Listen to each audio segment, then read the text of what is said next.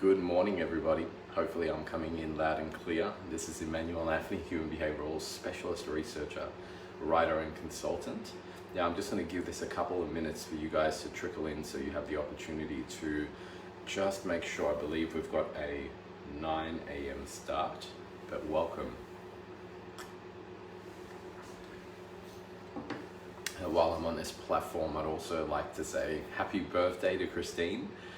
Thank you for having me here, but at the same time, happy birthday. Believe it or not, I've known Christine since we're about maybe 16, 17 years old, and it's been amazing to watch your journey. It's also an absolute treat to be part of this group as well and sharing this inspiring message. So as you guys trickle in, today I'm going to be discussing relationship mastery. This is a topic that's very dear to my heart. It's something that's very personal to me. It's something that I've been wanting to master and understand for a very long time throughout my own life. I don't know about you or what stage you are in your life, but out of the 7 pillars or the 7 strengths that we can have in mastery, physical, financial, mental, spiritual, social, vocation, and family, I found that relationship mastery growing up was an area that no matter what I did, I couldn't profoundly understand it. I couldn't grow in it. There were aspects of relationship mastery that I truly wanted to understand and evolve into, but I found that some of the principles and the ideals that I was being taught by my family really didn't align. And there's Christine. You may have missed that last message, but happy birthday, Christine. I was just on the phone with you before, but I wanted to make sure that everybody here remembered that it was your birthday, and thank you for putting this event together. So in today's talk, I want to give you the fundamental principles and some of the things that you can do to not only drastically evolve your relationship with a partner, but the same principles that I'll be sharing today will be applicable to all relationships within your life, whether it's a friendship, whether it's somebody you're potentially interested in, whether this is your family. The same principles will be applied, and therefore you'll be able to grow any relationship within your life. But before I start this talk, let's get into who I am as a person so that those of you that have never heard me speak before have a profound understanding of where I'm coming from. And by the way, I've got a board with me here, and in this board I will have a set of notes that I'll be placing. If you're interested in those notes, feel free to ask questions at any time during my presentation, and I'll be glad to take photos. I'll just click this button down here, and then at the end of this I can send you a PDF of all of the notes of what we discussed. Obviously, I'll be making myself available after this presentation to have a conversation if there's anything that I touched on that you feel most resonates with you. So, to start off on my journey and how I got to where I am now, 11 years later, serving human beings. Many, many years ago, when I came to Australia at the age of 4, I didn't know how to communicate. I spoke fluent French. Today I speak fluent English and barely any French, but it was the opposite way around when I came here.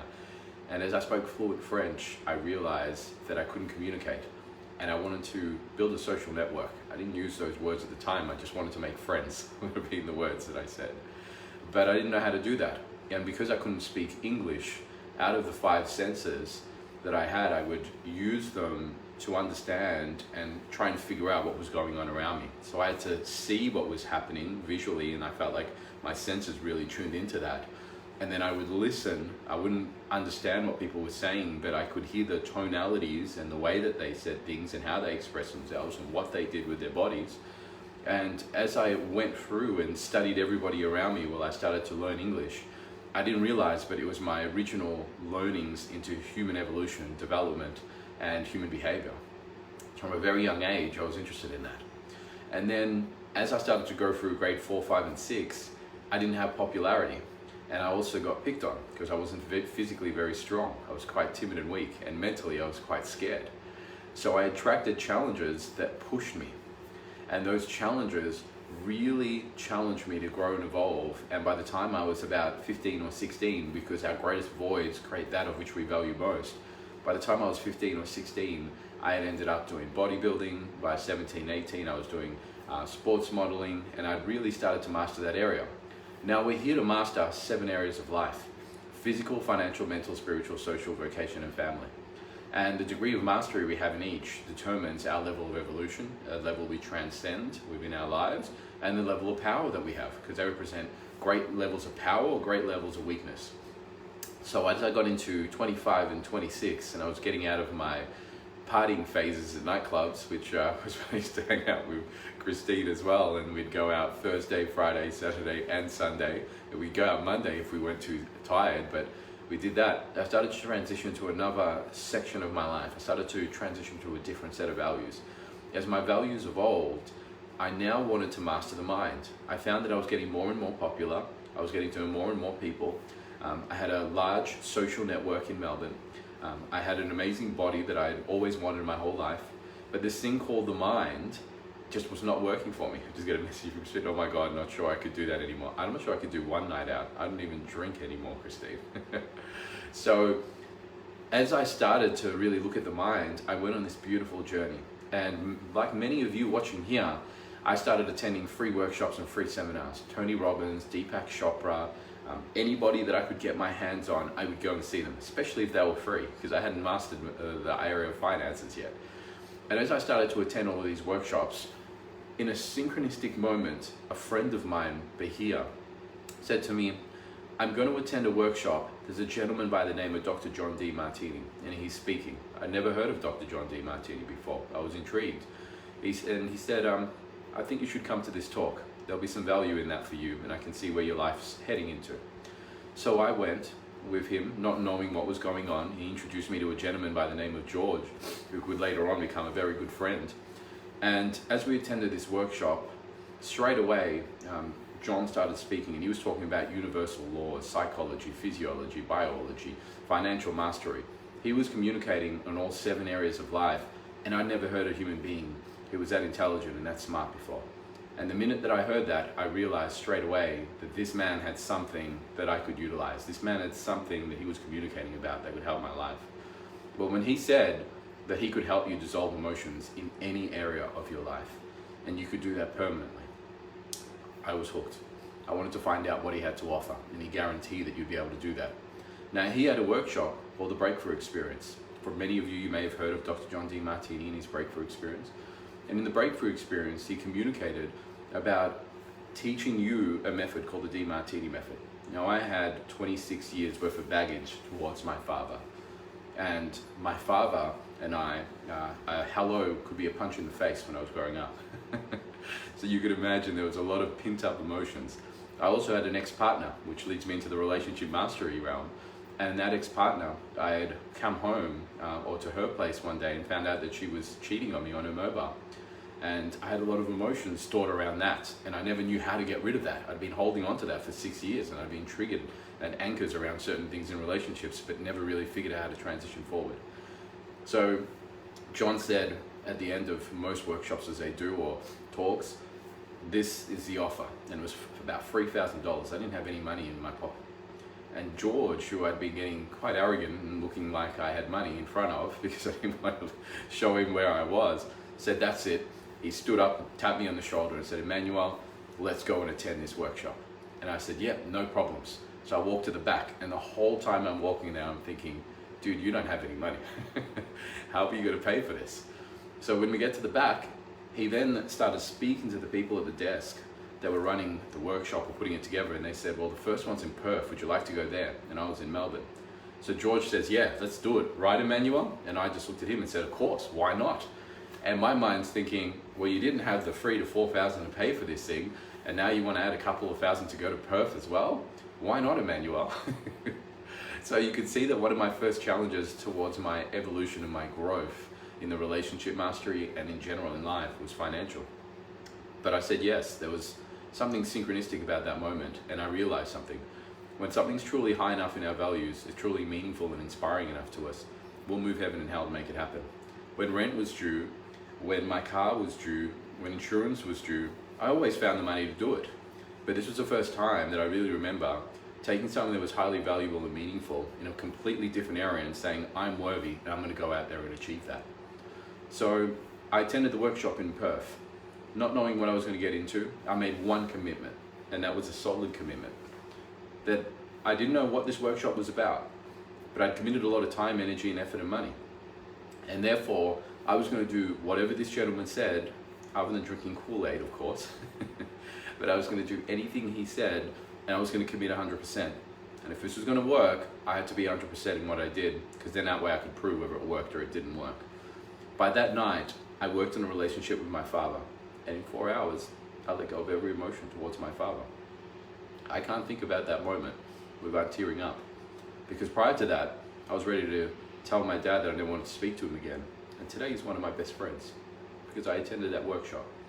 As I broke through every single last emotion about my father, and I was finishing off the night on Saturday, and it's a Saturday and Sunday event at the Breakthrough, I looked on stage as I saw Dr. John D. Martini. I saw my future, I saw my destiny. I'd known it my whole life, but I'd never given myself permission to do that. I was destined to stand in front of people and share the most inspiring research and technology I'd found in human behavior that could create profound changes. Now, I went home after the weekend. I was looking at my dad completely differently. I completely altered the relationship with my father. And as I sat in my room, I don't know why it was dark, because it was, a couple of days afterwards, I was reflecting, my legs were crossed almost in a, could call it like a yoga style position. And I was just reflecting on the events of the weekend. And I was reflecting on the symptomology of my body that I'd experienced the last few years, and realizing that for the last few years, I hadn't been living 100% authentic. And that I had a desire to go out there and share an inspired mission with the world. And instead, I was playing a small game of being a graphic designer, because that's what I'd learned at school. But it was nowhere as fulfilling. So as I sat in my room, and I envisioned my future, and I said, the voice on the inside, that part of you that rejects what it is that's going on and tries to get you to play a small game, says, you can't do this. You're not Deepak Chopra. You're not Tony Robbins. You're not Dr. John D. Martini. Who's going to listen to you? And as I imagined doing graphic design for the next 10 years, I just felt this low sense of energy and vitality shoot through my body, and I knew that the procrastinating, the hesitating, the frustrating, and all of those things were symptomology of the body. They wouldn't have just been things that were spontaneously occurring, but that would have been feedbacks to let me know I'm not congruently in line. And then I had a vision. As I sat there with my eyes closed, I had a vision of myself at 100 years old, speaking on stage, sharing my inspired message. And as I did that, tears ran down my eyes. You can feel the tears coming down. And I said to myself in that moment, something that my mentor, I'd heard him once say, I'm not going to let anyone or anything, including myself, get in the way of my inspired mission. I'm not going to let pleasure nor pain get in the way of me going out to serve humanity. And from that day, I dedicated myself. That was 11 years ago. I slowly transitioned from my graphic design career into where I am today. Thank you for the love hearts there, Christine. And on that journey of self-discovery, in order to help myself, I found tools, resources, and principles that were so powerful. Today, I can't imagine not sharing that with humanity. So that's what I'm here today to do. And that's who I am, by the way. Now, you have to give me a few seconds. I'm just going to make sure my camera's sitting properly so it doesn't fall before I finish this presentation. Yeah.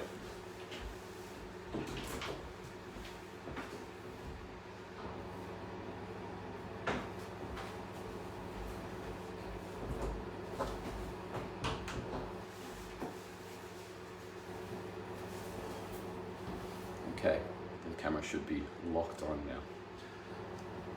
So today I'm going to be talking about a few things. Albeit that I'm here for relationship mastery, I really can't get into relationships without delving into a few fundamental principles. We like to call them the universal laws. They're laws which are applicable to energy, that with understanding of those laws we can set very realistic and loving and guided expectations, and ones that allow us to have the most fulfilling relationships within our lives. So today I want to discuss that. And I'm going to start off by discussing a hierarchy, one of which will go against many of the common ways in which we see and perceive life. Now, you could be at any spectrum of this hierarchy, but I want to explain it to you. The first one is yourself. The next one is your relationship. And the next one is your children. And these are the foundations that I recommend in terms of having the ability to truly master your life and have the most successful relationships.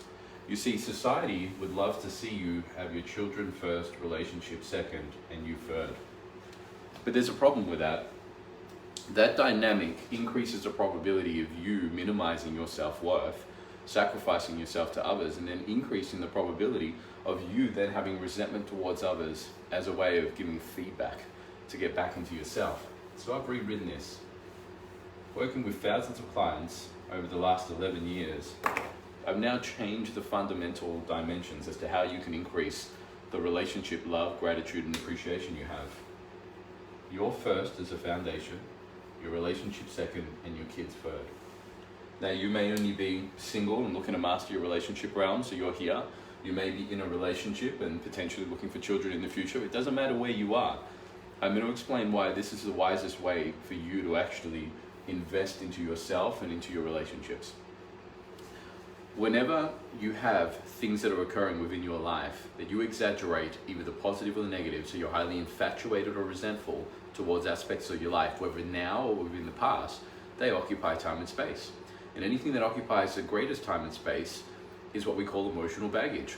And as we accumulate things happening within all 7 areas of our life, physical, financial, mental, spiritual, social, vocation, and family, if we accumulate a whole lot of emotional baggage here, so we have something with an ex-partner, something else with an ex-partner, we have some low self-worth, we have business challenges, we have financial challenges. As you can imagine, the mind is like a hard drive. And if I take the hard drive bar, if you ever go on to have a look at your hard drive to see what's on there, you'll see that it says that it's got 60% of this, 10% of that, 5% of this, and then it leaves you with a percentage of what's free on the hard drive. Well, if we take an X that you never really gotten over, another X, this is the low self-worth, so it's association to yourself, BC and FC. So we've taken, this is all of the challenges. There we go, Siri's trying to join in the conversation, but these are all of the challenges that are occurring within your life. We may find out that you've only got 10% of your thinking that's present towards anything occurring within your life. And the rest of the 90% is actually past stuff that you're carrying with you on a regular basis. And as we transition through life, if we try and put others first, but we've only got 10% of ourselves, we can never truly give them 100% of that. And you'll have to excuse me for moving out of the frame here. I want to make sure that the board is king. You guys can see that. If there's any questions while I'm speaking as well, feel free to ask them and I'll answer them while I'm communicating. So if we try and put others first, but we haven't taken care of ourselves, all of these things that are occupying time and space within the mind, and it always, if it occupies time and space in the mind, it'll also do the same in the body. The mind is known as psychology, that word means study of the mind, and the body is known as physiology, and that's the study of human emotions, the chemicals and hormone distributions. So if we've got a lot of that going on with 90%, we only give the rest of these two whatever we've got left in that 10%. So we're never truly present with them. And the more things that occupy time and space in our mind, the more we want to push people away in order to get the things inside of us resolved, because it's not just what's occupying time and space within our mind and the body, but it's also disease. The body's not at ease, and disorder. So working with clients the last few years, I say that the wisest thing to do is make yourself a #1 priority, do some housekeeping psychologically and physiologically, balance these aspects out, wipe them out, work on you, and change this dynamics so we can end up the other way around. Well, we've got 90% of it, that's you. Only 10%, that's actually the stuff that's going on. Work through it, balance it.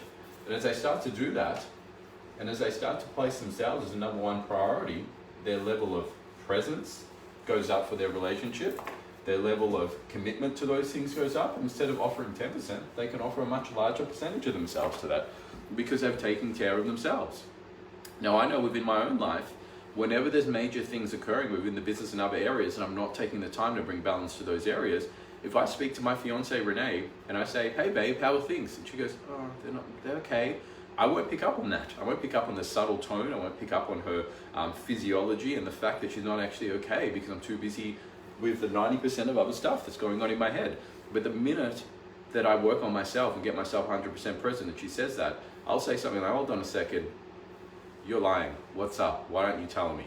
Come on, let's talk." And I can pick up on those things. So I say put yourself first. And when you place yourself first, and that you give everybody else an opportunity to give them the most out of you. So that's the first, one of the greatest things that you can do to increase your relationship mastery.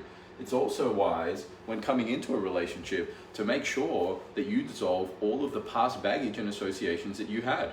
I realized many years ago that this isn't something that people are doing. If any of you are listening and you like Louis Vuitton is something that you could collect a lot of bags for, and that would be perfectly acceptable. Emotional baggage, on the other hand, is something that the more you bring in, the more it has trials and tribulations and adds weight to your life and your relationship.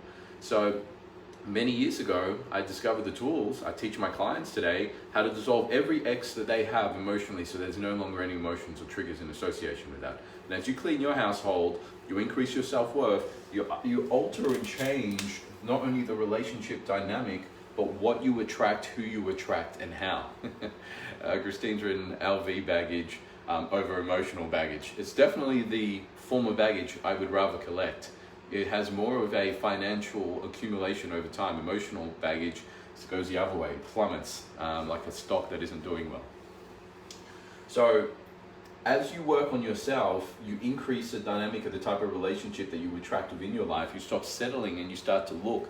As you increase your levels of mastery within all 7 areas of life: physical, financial, mental, spiritual, social, vocation, and family. As you increase that, you increase what it is that you actually desire to attract within a partner, to create an equal within those areas. So it increases the opportunities that you have within those areas. Now, the second level of this is relationships. And the reason I recommend relationships over children, children, when over-supported, become juvenile dependent, and they feel that they consistently need to do things and they never get a chance to evolve and grow. And too many mothers and fathers at times are living in an unrealistic old school model that you should always be nice, never be mean, always be pleasant, never raise your tone. It's just completely unrealistic and set for you to beat yourself up for not realizing that model, when the truth is that you were never going to do that. I want to dissolve a fantasy here.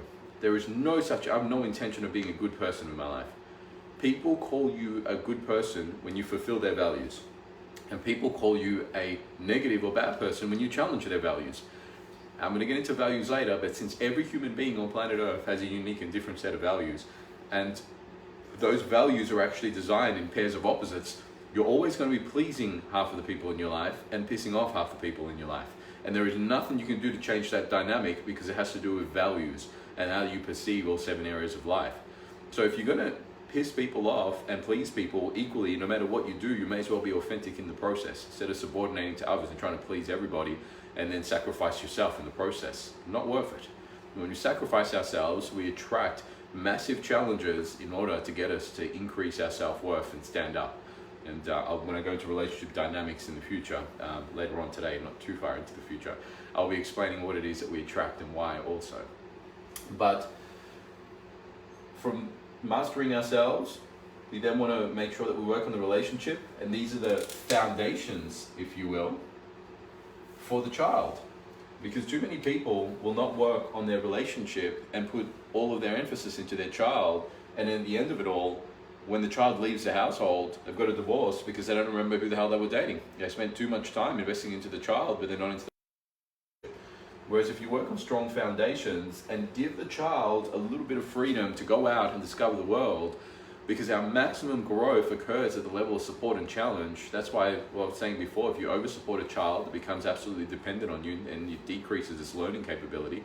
If you over-challenge a child and wants to leave the household early and have nothing to do with you, so either one of those spectrums and extremes don't work. But if you support and challenge the child, it has boundaries and respect. And that's when you actually respect each other.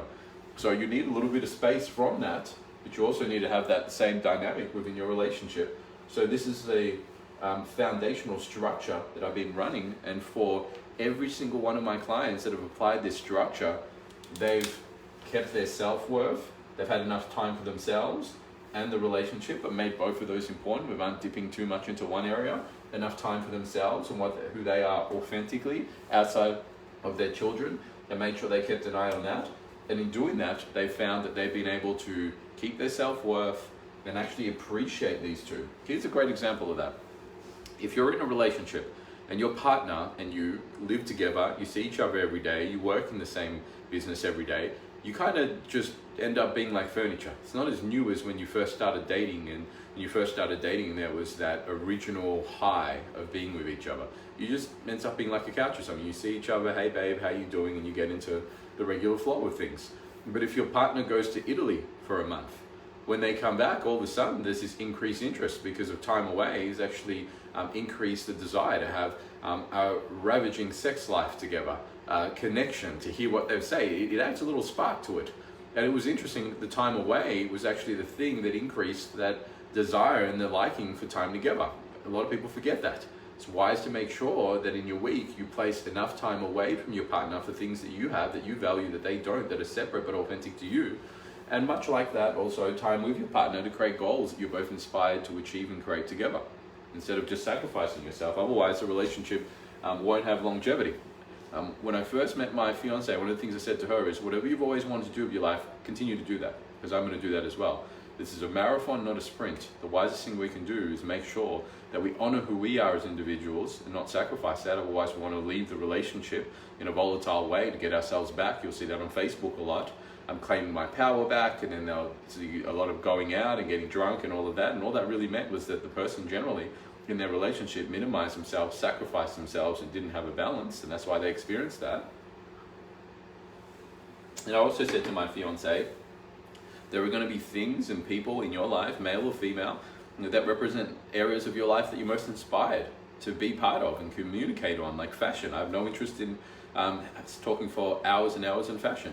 So she's got partnerships and friendships and people within her businesses that she goes and has dinner with. And I'm grateful that she does that, because it means that I don't have to be there and I can spend that time playing golf instead. I've delegated that up. But this is a relationship dynamics. And if you're having trouble getting a little you time in here and it's too much about the relationship or too much about the children, the symptom that you're going to be experiencing is going to be resentment. Resentment occurs when we are trying to re-equilibrate and bring things back into balance. And I'll be talking about how to do that later. So take a photo of that for those of you that want that.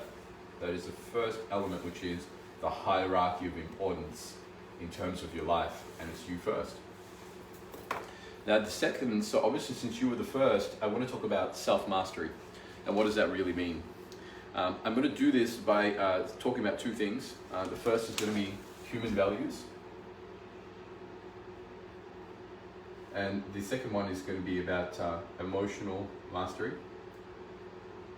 But really, you could take that into all 7 areas of life.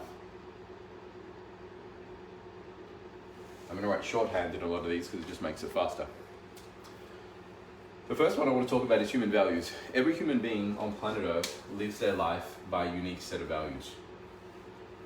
Those values start by what is most important, or your highest values, to least important, or your lowest values. Especially your top 3 values, they're the most highest of the highest priorities. Your values are not to be mistaken with, when most people will think this is the case, but honor and integrity and things like that, they're idealisms. And if you're living congruently with what's most highest in your values, then you'll definitely do that. But if you're living in what's least highest in your values, then there are symptoms for that.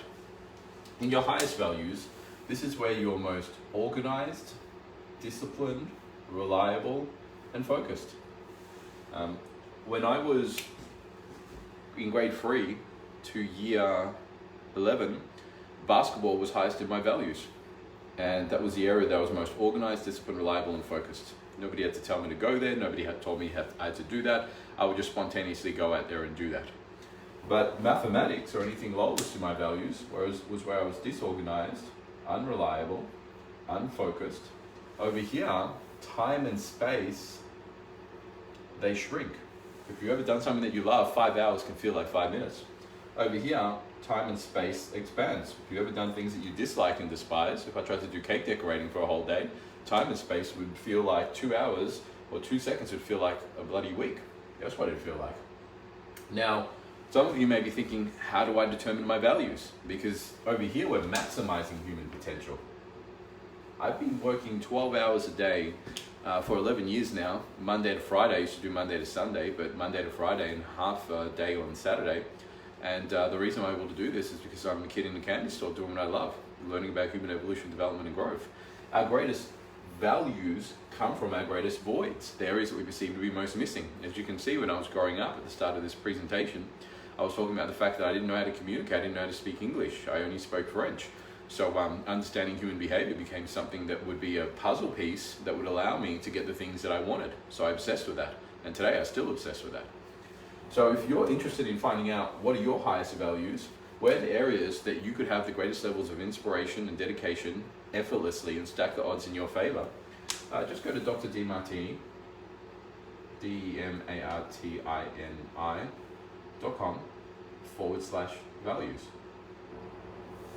And there's a values determination that has 13 questions. What do you spend your time on? Where you organized, disciplined, reliable, and focused? What do you think about? What do you talk about? And if you answer those questions based on what's congruently happening in your life, you'll get your true, authentic values. These are the areas that your whole body is neurologically programmed to increase your energy and vitality and maximize your potential. It's wise to know that. Knowing that, every single month I do my values, and whatever pops up as my highest values, my top 3 values, by the way, is family creation. Once again, my greatest voids come from your greatest values, and my partner and I, my fiance, we're trying to create our family and have our first child. Our second one is human evolution and the study of that. And then the third one is physical mastery and golf and working out. Anytime you give me any of those things, I'm here. Maximize energy, vitality, inspiration, gratitude, grace. Any challenge just feels easy for me because I'm inspired and can't wait to do that. But anytime you get me to do anything else that's other than this and lowest in my values, that's when I procrastinate, hesitate, frustrate. I've got no interest in that. And like I said before, 2 seconds can feel like 2 hours. So, by the way, for those of you that just joined, we're on the aspect of self-mastery transitioning into relationship mastery in the foundations, because you and focusing on you gives you time and space within the mind to be truly present with those that you love. So the first aspect of self-mastery and the human values aspect is to truly understand that unless you're living congruently and authentically with what's most meaningful and inspiring to you, you're going to have symptomology in your day-to-day life. You're going to procrastinate, hesitate, frustrate, look for quick fixes anytime you're doing what's lower in your values. It also creates a massive strain in your relationship. There was a time when I dated women that would complain every day, I hate my job, this is annoying. And after about a week of that, one day I just said, I'm not doing this anymore. And I remember looking at the partner that I was dating and I said, either you change what you're doing, but I'm not giving you any more advice on this. If you're not dedicated to taking the actions that it takes and all you want to do is whinge about it, I'm not going to waste any more of my life in giving you advice if you're not willing to take it. I said, but you either do what you love, or you take the actions towards that, or you accept the fact that you're part of the dynamic keeping you in where you are right now, or your limiting belief in that. And the first woman I said that to didn't like it. And so didn't the few of the others. But then eventually I dated some women that were empowered enough and said, you know what, you're right. Why would you listen to me if I'm not even going to listen to my inner soul, my mission, and my symptomology of my body trying to guide me towards higher levels of inspiration? That's not what I'm inspired by. And they took baby steps towards moving in towards areas that most inspire them. And that was absolutely amazing and beautiful. Today, my fiance, highly inspired by a career. So once again, there's less stress on the relationship from her bringing in just a whole lot of, I can't be bothered, I'm not going to. She's an action taker. I'm glad to help anybody that's willing to take the actions, but I'm not willing to help anybody that's not willing to help themselves. I like to invest the same amount. So the first step towards having the highest level of mastery towards yourself is to make sure that you're living congruently with whatever's highest in your values. Discover what that is. If you've had a void for strength growing up, you may be into personal training and bodybuilding. If you had trouble like myself socializing growing up, you may be into getting a large network of people and a social following and things like that so you can have social influence. If you felt that your family didn't have a lot of finances growing up, you may have a huge value for financial independence and mastery and generational wealth. Whatever that is, your greatest voids throughout your life, greatest values, it's a natural balancing ecosystem within the universe. If you understand quantum entanglement, which I'll be talking about later, you'll understand that the universe is always synthesized and in a balanced state. That's happening within you to try and get you to own your powers in all 7 areas. So if you actually look at where your greatest weaknesses are, they'll be where your greatest values are as well. Now, the intriguing thing about values, and I'm going to dip into relationships, but then I'll dip back into you again and self-mastery. When we first date a partner and we're infatuated with them, we see more similarities than differences. We see more pros than cons. This is the infatuative state of the relationship. It's not the real relationship. This is the honeymoon, as they call it. The real relationship begins after the honeymoon. I've done videos and written about this. When we see more similarities than differences, we're perceiving that the person that we meet is just like us. We'll say things like, oh my God, you've got 2 eyes and a nose and 2 sets of ears, so do I. And you look for anything to make this person look like the ideal candidate. But when you meet somebody, they've got their own unique set of values. So we're going to do their top 3, and this is you, and this is them. So this is your partner. And when you meet somebody, each of you will have your highest values and your lowest values. So once again, second and third. And what will interestingly happen in a relationship dynamic is, as you're starting to get to know a partner, you may realize that you have financial independence in your values, but they have shopping. And then you look to have your physique, but they're into eating. And you then realize that you have a high value for socializing, and they have a high value for holidays and getting away. And as you look at your values, you realize that you want to save money, they want to spend money. And you have very conflicting and opposite values. And this is when the relationship dynamics really starts to get into a whole different atmosphere. Because as your values start to change, then you start to have to learn how to mold your perceptions of the person. Because after the infatuation, you get to the real relationship. When you get to the real relationship, you start to discover that you have similarities and differences. And now it's time to work within the differences. So later on, I'm going to be discussing, what do you do when you feel that your partner has a complementary opposite set of values to you, and whatever's most important, the word important means you want to import into your mind, and we attract somebody that's a pair of opposites in the 7 areas of mastery: physical, financial, mental, spiritual, social, and vocation, and family. Nature had a very interesting sense of humor. It attracts the strengths and weaknesses together. So whatever it is that you most like, they generally dislike, and they're delegating those things to you, and vice versa. And you're actually there to challenge each other to have growth in all 7 areas of life, so you can ultimately master all 7 and have your maximum power. But too many times people think, I'm meant to find someone that's exactly like me. No, if you found someone that was exactly like you, one of you wouldn't be needed. You're meant to attract somebody that has strengths in areas that you have weaknesses, in order to challenge you and support you to grow and evolve, and vice versa, so you can claim your true power and discover your magnificence. You're here to do that in life. But going back now to the next area. So one of the first areas of self-mastery is understanding your values. The second thing that you want to understand clearly is emotional baggage. I drew a hard drive before, for those of you that are just joining now, and we live in the present. This isn't the way the time is represented scientifically, but it is one that is very easy to understand. So this is the present, this is the past, and this is the future. The present is an ever-moving moment in the here and now. It's just, when I spoke about the present, that's now the past. We're now moving forward. As we're going through our lives, we accumulate what's known as emotional baggage. Emotions are energy in motion, and they can transition either towards positive greater than negative, or negative greater than positive. Let's imagine that this line here is positive is equal to negative. It's a perfect balance, 1 to 1.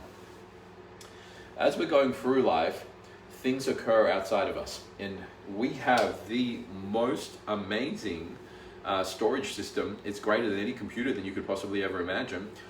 We have, I believe it's thousands of sensors inside and outside of us, but the ones that we're most aware of, our 5 senses: see, touch, hear, taste, tactile. Out of those sensors, we store all of the information happening around us.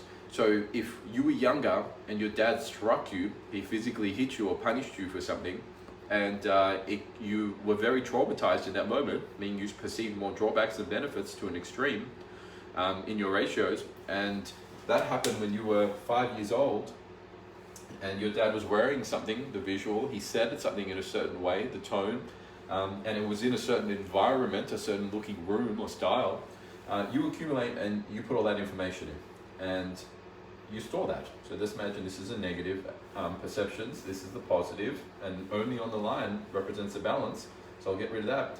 Each one of these dots can represent things that we're accumulating. And then as we keep moving present, so let's imagine the present has now moved to there, we're just accumulating these. And these dots represent emotional baggage. And later on, if like a hard drive, I was to convert each one of these dots into here, I would have different aspects of baggage that actually holds on more than others.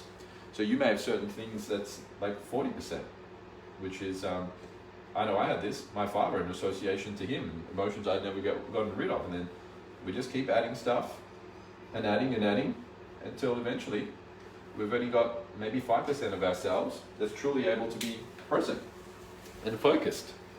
And as we look at that, this can continue to occur throughout our lives. But there's only one problem. Every one of these sets up what we call anchors and triggers. An anchor, if you think of a ship, the minute that it docks somewhere and it throws an anchor down, the anchor and the ship are now connected. And that's what happens to us. Like an invisible umbilical cord, we can have a range of ex-partners and things going on. And by the way, that's the level of presence that you have in your life when all of these have to be there, because unconsciously they take up energy and they utilize distributions of chemicals and hormones throughout your organs and inside of your body. So they're actually creating destruction, disease, and disorder. Destruction, disease, which means the body's not at ease, and disorder, the body's not in the order that's meant to be working. But these anchors, if we accumulate enough of them, it's like walking around landmines. We'll kind of tiptoe around life because we feel that we're worried that either one of these things is going to occur. Somebody's going to say something a certain way that reminds you of a certain thing that's going to have you respond a certain way. And they trigger off emotional responses, and depending on the degree of evolution and how much you balance that within your life, that will determine how much you're carrying this with you. So we cannot have self-mastery without transitioning beyond emotional mastery. And emotional mastery really is just mental mastery. It's the mastery of your emotions and your psychology, which has an impact on physiology, because you can't work on the mind without having an impact on the body. I've seen this in thousands of clients throughout the last 11 years. I see this every single day. In fact, I worked with a gentleman just last week. He was infatuated with an ex-partner. They just had a breakup. We worked on every aspect of the grief, and in 7 days, he finally went back to sleeping. He hadn't been sleeping. And every area that he worked on, he started sleeping earlier and earlier and earlier, and then he just said he passed out one day in the last week. And that was from working on all of the emotions that were feedback from the body. Emotions aren't positive or negative. They're not good or bad per se. They're just feedbacks. Wise to balance them. Otherwise, your emotions can run you or you can run them. But you need to manage all 7 areas of your life, and any area that you do not manage is actually most likely going to be the one you attract in a partner. If you're not financially independent, you'll probably look for a partner that's financially independent to look after those areas, but then you'll resent the partner because they'll value finances and they're just going to want to throw it away, even if you have beauty, and they're going to be challenging you to go out and become an equal in that area. Why is it to own mastery in all 7, have your own independence? That way, if the relationship doesn't work out, you continue to have value on the market as you go back on the market. How many people get back into working out, their fitness, they create all the drastic changes that they could have, instead of just doing that during the relationship and maintaining their power and their worth and growing that, if anything. So your self-mastery is dependent on understanding your values, living congruently with them, dissolving your past emotions and bringing them into balance. There's only one way I've seen that gives guarantee to that, and I've done $300,000 worth of study and continuing to count in that. And that's the DeMartini method. So if any of you are interested in learning about that, you're really learning the inner depth of human psychology and physiology and bringing balance to that, touch base with me, and I can show you how to have emotional mastery and eventually transition to mastery in all 7 areas. We've got whole programs on that we do as well. By the way, if anyone has any questions while I'm talking here, feel free to let me know. Just going to rub this out as we transition through from self into relationship now, okay? So within a relationship dynamic, in order to master the relationship realm, as you can see, one of the first things that's wisest to do is make sure that you're coming in at your strongest. I realized something at a very young age. Anytime that I minimized aspects of myself in correlation to me, so if I minimized my beauty when I saw a girl that I perceived was highly beautiful, I would go out of my way to not only minimize myself, but exaggerate parts of them and then do whatever I could, and they'd always walk all over me.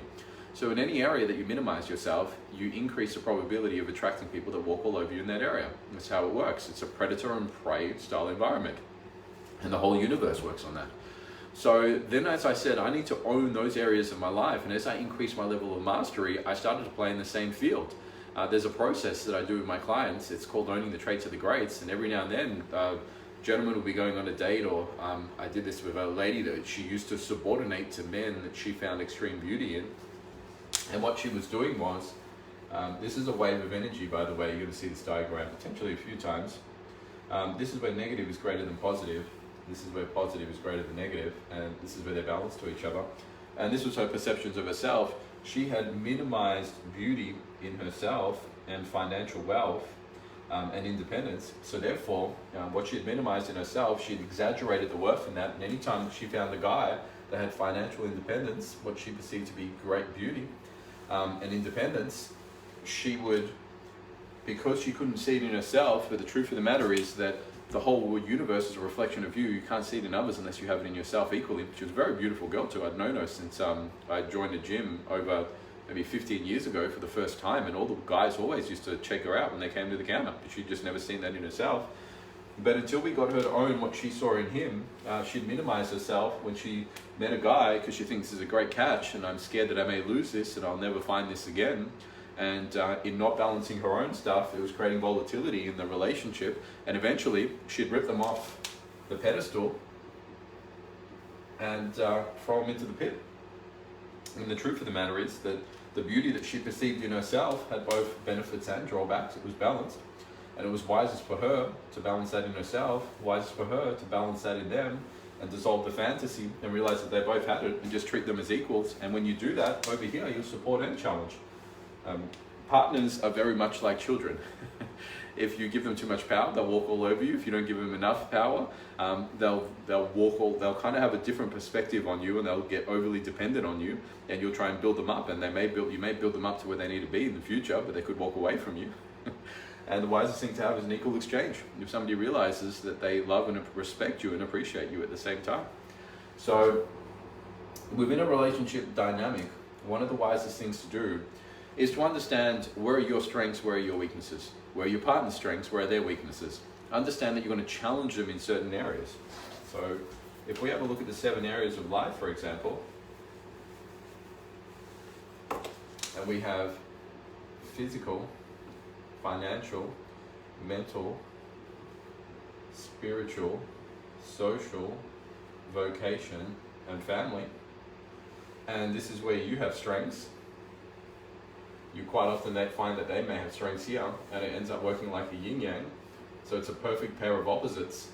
But it's wise to learn a little from each other and increase your levels of mastery, because that way if something happens in the relationship, or if that person passes away or something in the future, then you increase the probability of having that. And each area of life, I just wrote an article on this that will be going online in the next week, talking about maximizing human potential. Every area of life that you empower, the word fulfillment means to feel full. As you feel full more areas of your life, you give the relationship an opportunity to feel full in more areas. As you work with having a balance in your partner, but support and challenge them to grow all areas as they support and challenge you, you'll realize that both of your fulfillment grows up and you create what's known as a power couple. A power couple is nothing more than a couple that has the greatest degree of mastery in all 7 areas of life. And as they both obtain the greatest levels of power out of the 7 that they can, and the word fulfill means to feel full. So if you're feeling full more areas, you've got more fulfillment in your life. Then we know that. If you feel that you're working in a job and it's a job that you love and you're not getting paid enough, and financially you don't feel full, you have an area that you feel there's a massive void. If you've got an amazing job but you're not working on your relationship, it'll have a divorce in the future. And then you find out that that's an area that creates a void. If you're making a lot of money but you're not working on your physical health, you may spend all that money that you've made and that wealth later on just to stay alive, putting you on cancer treatments and all kinds of things. So the truth is, management of all 7 areas sounds hard, but that's what we're here to do. Plenty of programs. I teach my clients slow and methodical strategies to do that. We've got a whole lifetime. It's a marathon, not a sprint. And they get the absolutely amazing ability to learn how to do that. But to the degree that you can do that, your relationship thrives instead of surviving, and you transition from what's known as the animal mind, which is highly emotional and polarized and only can see the fires in front of it, and that's the amygdala, to the forebrain, which has the ability to transition to higher levels of balanced thinking and rational thinking. The word rational comes from the word ratio. And we see equal as many positives as negatives. As we're empowering each area, we increase the potential for that relationship. And I've seen that within my own relationship and others as well. So we've got to communicate within our partner's values. We've got to understand their values. And I'll give you a really great example of communicating within values. So as I mentioned before, my highest values involves family creation. And my second highest values is human evolution. And my third highest values is around golf and gym. You could say fitness. So for my partner, Renee, who has high interest in family creation, it's the first time both of our values have been highly aligned. But if hers are around, I'll put H for hers here, M for me, family creation, because she wants to have our first child. Her second one is around her work and finances. She wants financial stability. And her third is around fitness, but her fitness is completely the opposite. I'm about pumping up and getting big, and she's about yoga and stretching. She wants to go on a holiday next week, and she knows that I've got a lot going on, a lot of presentations and things happening, and they're things that have high value and high money potential, and she just wants to hang out with me. If she just projects her values onto me and says, well, you better do this and that, I'm gonna feel like she's above me and being cocky and arrogant and narcissistic, her needs above mine, instead of having an equal exchange. And by the way, the word sell means to serve. We're always trying to sell people ideas. The wisest thing we can sell is something that has equal exchange. But if she's projecting her values onto me, I'm probably not gonna take whatever option she's selling. But if she's wise, this is called linguistic analysis, the analysis of language and the ability to communicate that. She'll communicate in my top 3 values. And by communicating in my top 3 values, you get a yes. So what that may sound like is, if she wants to go away, she would say, well, honey, I know we're trying to create a family, and for any of you that have tried to create a family before, your fiance, wife, or partner may give you exact dates when they're ovulating. I didn't know that was a thing until we started trying to have kids. But she'll say, well, this is the perfect time in this month for us to be actually trying to create a family. So I've found a place that's only 2 hours away from here. So she's ticked this off. And that's going to give us a beautiful place to just relax and work on creating a family. I know you've got a lot of work on, so you don't want to go too far in terms of what you're doing, and I can't be bothered cooking. So I found a place that everything's paid for, and you can do all the work that you need to, and it's on a golf course, so that way you can go and play golf and head to the gym, and it's only a 5-minute walk from each one of these, so the weekend's really nice and convenient for you. It also fits our price range. It's only $400, an exclusive deal, and I'll be out of your hair because I'll be getting massages and doing all kinds of cheese testing and wine testing and other things like that as well. So you'll have the hotel room to yourself to continue and finish your work, and then it's going to be nice and convenient for us to hang out. And then the chances of me saying yes are very easy. She's communicated in all 3 of my values while getting all 3 of her values as well. So this is something I can communicate about later, but when we communicate in our partner's values in a way where we get what's most valuable to us, I don't teach sacrifice. Whenever you sacrifice, you feel that that person owes you consciously or unconsciously, and then therefore you will come back to claim it later. But when you have equal exchanges, nobody owes anybody anything, so you don't have to worry about collecting unconscious tabs that come up in arguments later when people say, well, I did this for you and you did that. It's wiser to learn how to communicate and have equal exchange. It's the most powerful exchange. And I say that sacrifices are the lowest of the exchange. They're the animal mind looking for a tit for tat, and quite often there are backdoor deals per se, where you do things and really you expect something in return, but you haven't said it. And when they don't do something, you get annoyed because really that was the exchange rate for that service. But beyond communicating within your partner's values, you'll have to excuse me. I've got anywhere from 30 minutes to an hour. I have no clue how long I've been speaking for, and I'm trying to get a lot of fundamentals in as compared to usually. I've got a whole day to teach about these things. There are lots of relationship fantasies and delusions that prevent a relationship from being able to truly grow and evolve. And I think we received a question here. I'm just going to check to see if that's one of you guys, because I believe there's a question that was received. But I'll keep communicating. Oh no, that question was from another forum. I thought it might have been one of you guys.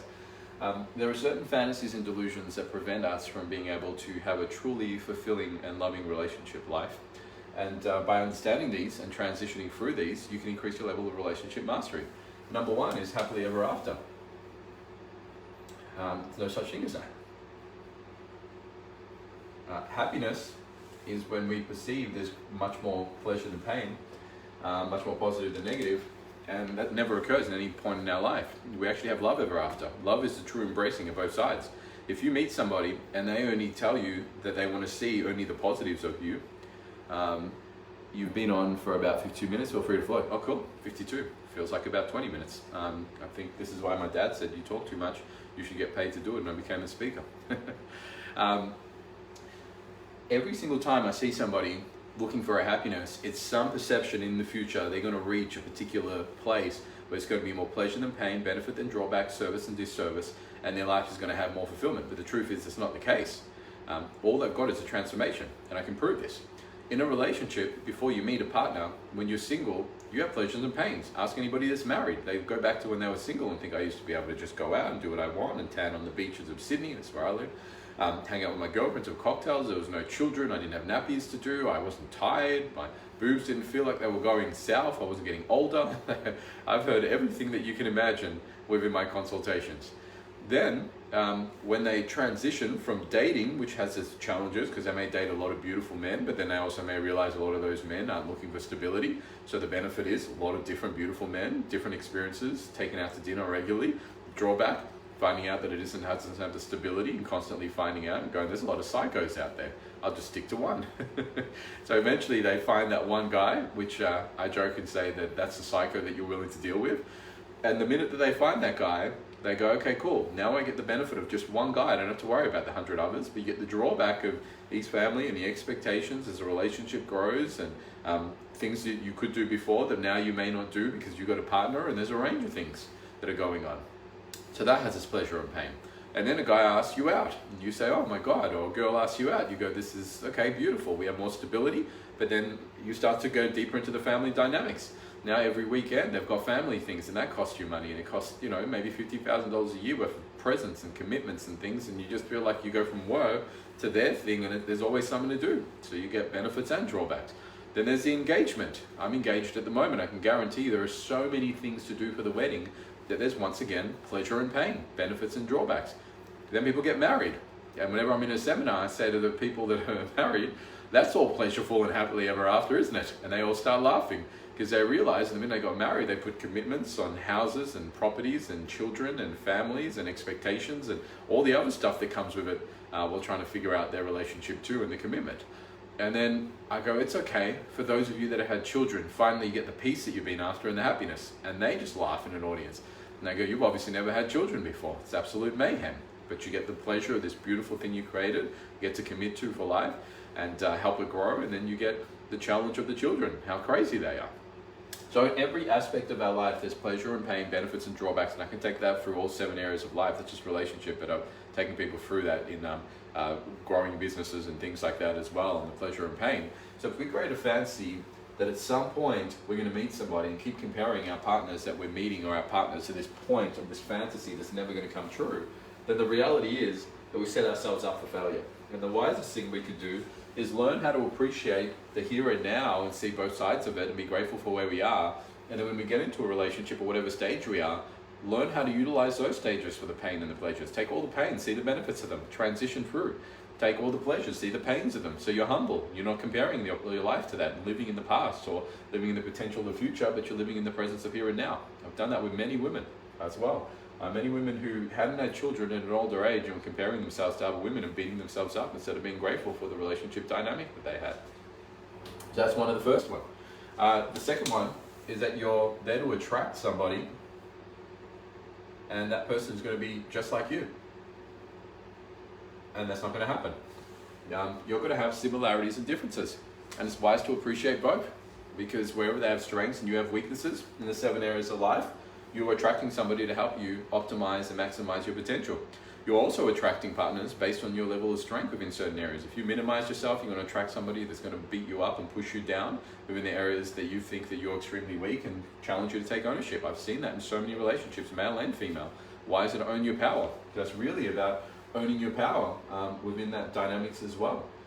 In that, but they're 2 of the major, there's much more in that, but they're 2 of the major delusions and fantasies within a relationship that if you learn how to transcend, you'll be able to increase your levels of relationship mastery and appreciate the relationship that you're in and what's happening. One of the other things I want to add to that, I'm just going to add one more. When you're in a relationship, the person that you meet, the person that you get engaged to, or the person that you first start to know, they're going to change throughout the relationship. Values change throughout space and time.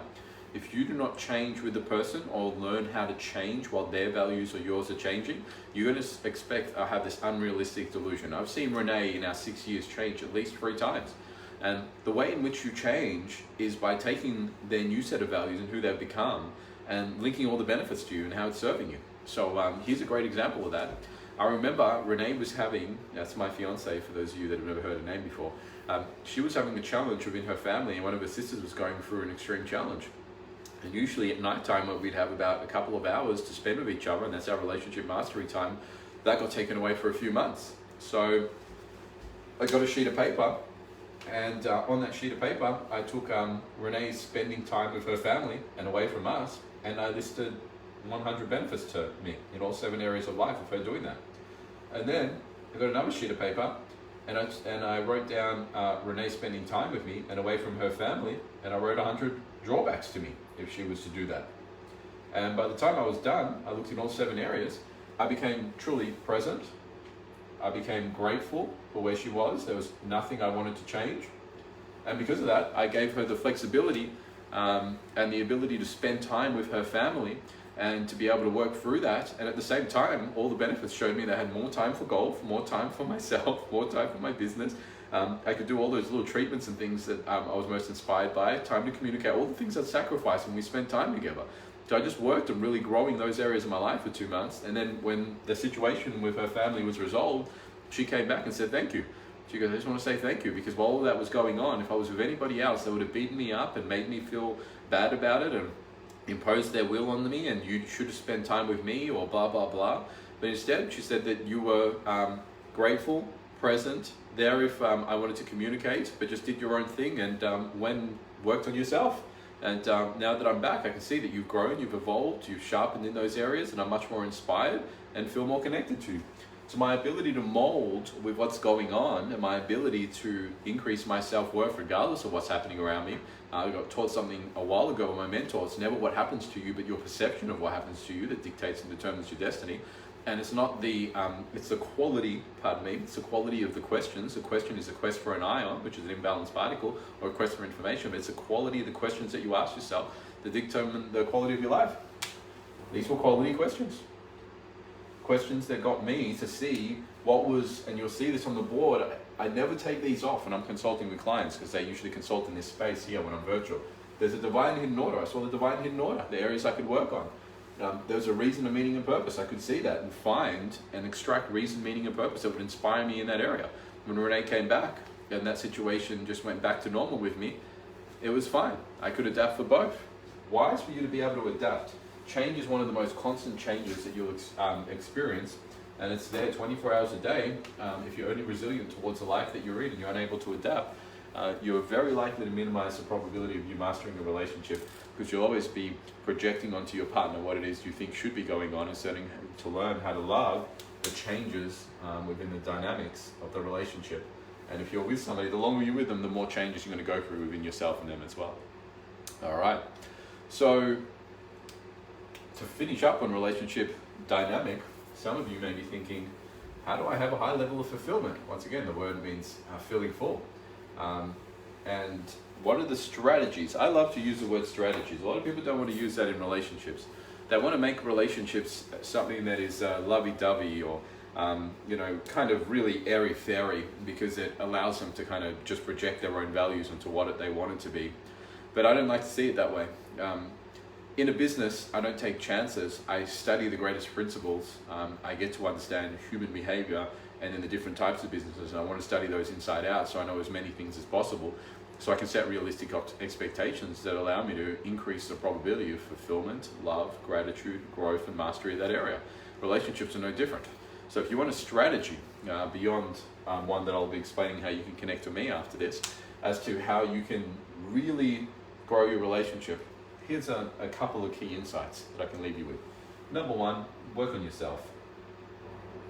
Start off with you, and as you start off with you, you're going to alter and change what you attract in a partner, what you look for, what you will accept or not accept, and how you can grow. Then from there, work on past relationships. Unless you're 15 or 13, but even then you can have past relationships, associations. Work on your past stuff, work on your ex stuff, work on your baggage. In fact, don't just do it in your relationship, continue to work on that in all areas of life and empower all areas of life. So put EMP here, empower all areas of life. I found that when I only empowered a couple of areas of the 7, I attracted certain women, but the more I empowered all 7, the more I attracted a lot of different women, because now I could have a lot more that I could connect with, a lot more options. So I had the ability to see who I felt was the wisest investment for me, that was the most loving and connected. But the greatest thing we can do is empower all 7. You're making $1 million a day, looking after your internal beauty and external beauty and health and wellness and well-being. If you've got a huge social power and following, if you're mentally have a high amount of understanding of a range of different areas in life, have the ability to connect with the world's top leaders. If I just keep going through all 7 areas, it increases the probability of who it is in the pool of who you can connect with in that. So wiser to do that. But if I'm mentally got a lot of distractions, highly emotional, I'm $200 million in debt, the more I go the opposite way, I alter and change what I think I'm worth and who it is that I may accept in a relationship, and the volatility that I'll accept. So wiser to empower yourself. Next thing is to learn about relationship dynamics and to learn about relationships and how you can empower yourself within that area. Wisest thing you can do, dissolve all the delusions within that, and then go out and date. If you're already in a relationship, you can still do steps 1, 2, 3, 4, and then just apply that into your relationship. But they're the wisest steps that I can give you in terms of emotional mastery. And if you follow that, and I've seen clients do that, and I drink from the same fountains that I request my clients to, because if it doesn't work for myself, there's no way I'm giving it to them. I'm the original guinea pig for everything that I research, write, teach, and study. But that's relationship mastery. There's so much more depth I can go into, and I'd love to, but for now I've got a couple more clients. Yes, everything begins and ends with self. I love that from Christine. Thank you very much for those of you that have watched now, and for those of you that are watching in the future. I hope that this has been of great value to you. I hope it's given you some amazing insight into things that you can do to master the relationship realm. When I first started in the relationship realm, it was because I found an ex had cheated on me, and I had so much emotional turmoil, and I just wanted to resolve that. I never thought I'd have the blessing at the time, I think it was about 19, to be sharing this information with an audience, and I've helped thousands of clients overcome relationship mastery. Thank you, Butterflies Guided, to be able to do that and let go of the emotional baggage. And we have tears of gratitude and appreciation every single day. And one thing that a lot of clients realize is they're in exactly the relationship that they need for that moment in their life. And they've never been in the wrong relationship, they've been in the right relationship for where they are in their level of evolution and growth. So I'd be very glad to continue this conversation with you. Once again, thank you, Christine, and happy birthday. I'm going to leave a link below, and I'm going to offer a complimentary 20-minute consultation for anybody that feels that I can serve you, not only in relationships. I work in all 7 areas of life: physical, financial, mental, spiritual, social, vocation, and family. And for the first 5 people that take on that offer, not only will I do 20 minutes, I'll double that and do a 40-minute complimentary call. So you'll be able to find out about not only your biggest challenges and what we can potentially do to overcome them, resolve them, and what we can guarantee in the time frame, but you'll be able to get some pathways to where you are now and where specifically it's recommended that you go as well, which is really powerful. I just got off the phone last week. A range of people said, wow, not only do I understand what's been happening, how it's been happening, but now I also understand what I need to do to move forward and what time frame I can do that in. So I'll leave that link below once I log off here. But in the meantime, once again, thank you for your time. Grateful to be able to communicate on any topic, but this topic, it holds a lot of love and appreciation for me. Have an inspiring day, guys.